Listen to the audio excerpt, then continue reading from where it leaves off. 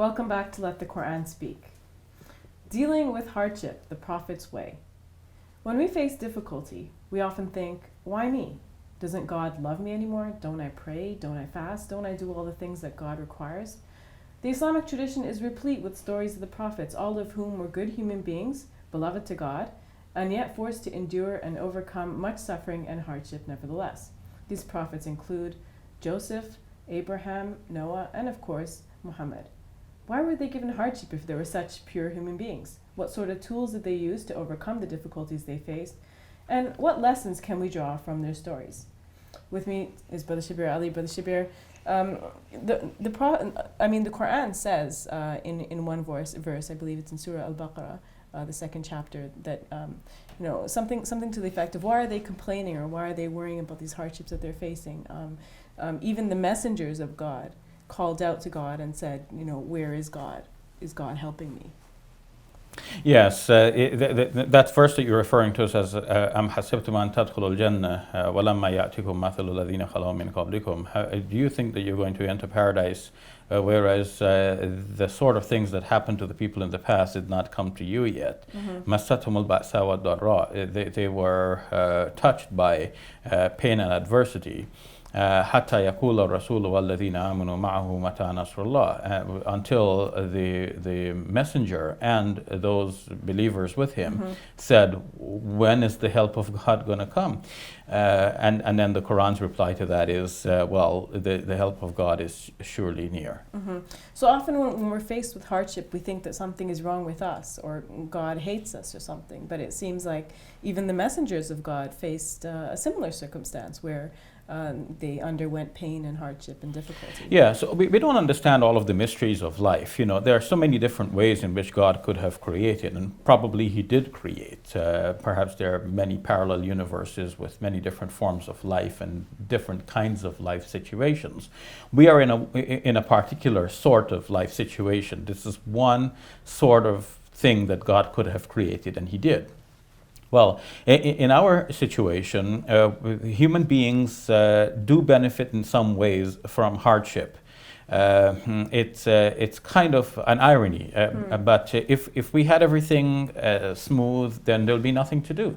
But with hardships, there are always challenges, there are difficulties, there are things to overcome. With adversity, there's always something to learn, and that develops our intelligence to a greater level, even to a small degree. The Turkish writer Harun Yahya has used an example that even if you burn your food a little, then that actually registers a lesson with you that could save you from some greater difficulty. Perhaps you might have burned something of greater worth later on, but the slight hardship that you faced at the moment registers a lesson with you which saves you from a greater harm in the future. So hardships somehow build our character, mold our thinking, develop us as human persons that make us the unique beings that we are here on this planet. And this sort of hardship has come to prophets who were, as you said, the beloved of God, and it can come to anyone, even to good believers, to highly moral individuals. Can you give us some examples of some of the hardships that the prophets faced and how perhaps they overcame it? This Quran is replete with stories. If we think about Joseph, for example, the prophet Joseph as a boy was left by his brothers in a well. He was taken up and sold as a slave in Egypt, but eventually after he was put in prison in Egypt for under suspicion of something that he was not responsible for, eventually he was freed from prison, and he rose in the echelons of the Egyptian monarchy. He became a very important person, so that he could, as the Quran said, يَتَبَوَّأُ حَيْثُ يَشَاءُ, he could do whatever he wanted in Egypt, basically. And then eventually his brothers came to Egypt seeking grain because they were struck by famine. Then they recognized him, and they were afraid that he might take revenge on them. Eventually his family, his parents were brought, and they prostrated before him as people did before their rulers and monarchs at the time. So this shows the difficulties that could afflict even a person like Joseph, a prophet of God, who, according to our Prophet Muhammad, peace be upon him, was one of the best individuals ever. He overcame that. He rose to the occasion whenever there was an opportunity. He took responsibility, and for that reason he progressed in Egyptian society where he was, even though he started out as a slave in that society.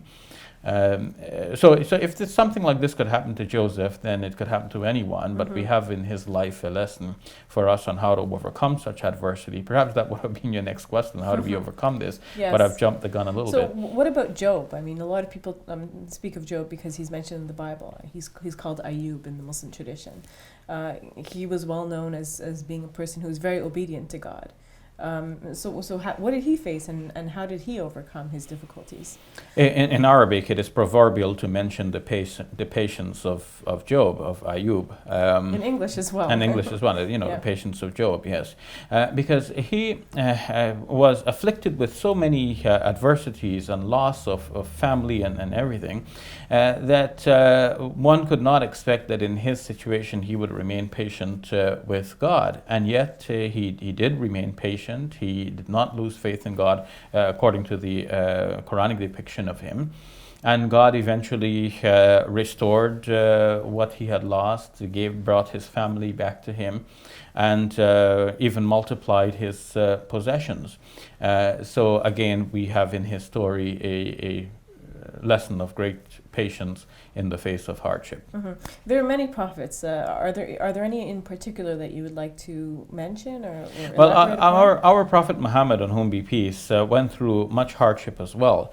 We find that he lost his father while he was still in the womb of his mother. So he was born an orphan. Soon after that, his mother died, and then eventually he was placed under the care of his grandfather. But then his grandfather too died, and he was only 8 years old when he went to live with his uncle Abu Talib. And so he grew up without his parents. He went through a very difficult early phase. When he started to preach the message of Islam, that was another phase of difficulty for him and his early followers. They were persecuted. At one point, they were boycotted by the others, and under these sanctions, nobody would trade with them or intermarry with them. His uncle Abu Talib took the small family, the small clan, and went to seclude themselves so that they could coalesce and help and support each other in the face of these sanctions. And it is said in some of the reports that people were so much in dire need that they would just simply survive by eating the leaves of trees. But eventually the sanction was broken. The will of and determination of those who opposed the message of Islam eventually weakened in the face of this suffering of people who were essentially family to them. And that gave some ease, but still the persecution continued until the Prophet, peace be upon him, went and preached his message to the people of Ta'if, where he was stoned, and then he pleaded to God in making dua or supplication, asking for God's mercy and protection. And it was then that God gave him the beautiful experience of the Isra and Mi'raj, which Muslims continue to remember up to this day. So it seems like after all of these prophets faced these hardships, eventually God came to the rescue and helped them out. Exactly. So what were the characteristics that they had that allowed them to endure throughout the hardships and difficulties they face? Well, one of the characteristics is very strong faith in the presence of God, knowing that God is there and He is taking care of all things. In Arabic, there's a term tawakkul, which means reliance on God.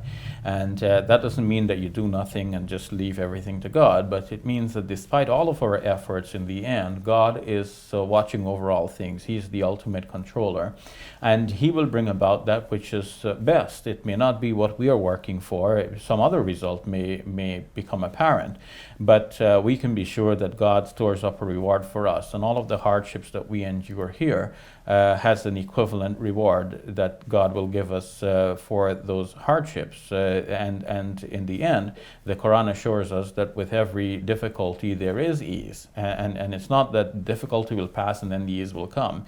But even in the situations of difficulty, there is some ease that we can experience.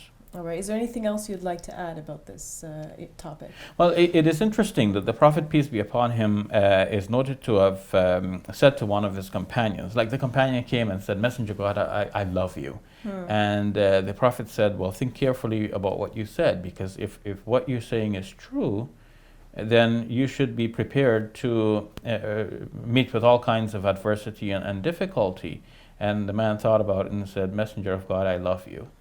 And the lesson from this is that believers will face these difficulties. We can think of ourselves as going through different stages of development. And as children and students go through very different stages, and they have harder and more difficult tests at higher levels, we will be tested at higher levels as well. So we have to be prepared for that. These difficulties are tests from God, from the Muslim point of view, to see how we would react, whether we would react with patience and fortitude, and whether we'll keep our trust in God or not. Thank you for that, Brother Shabir. You're welcome. We'll take a break. When we return, we answer questions we've received from you, our viewers.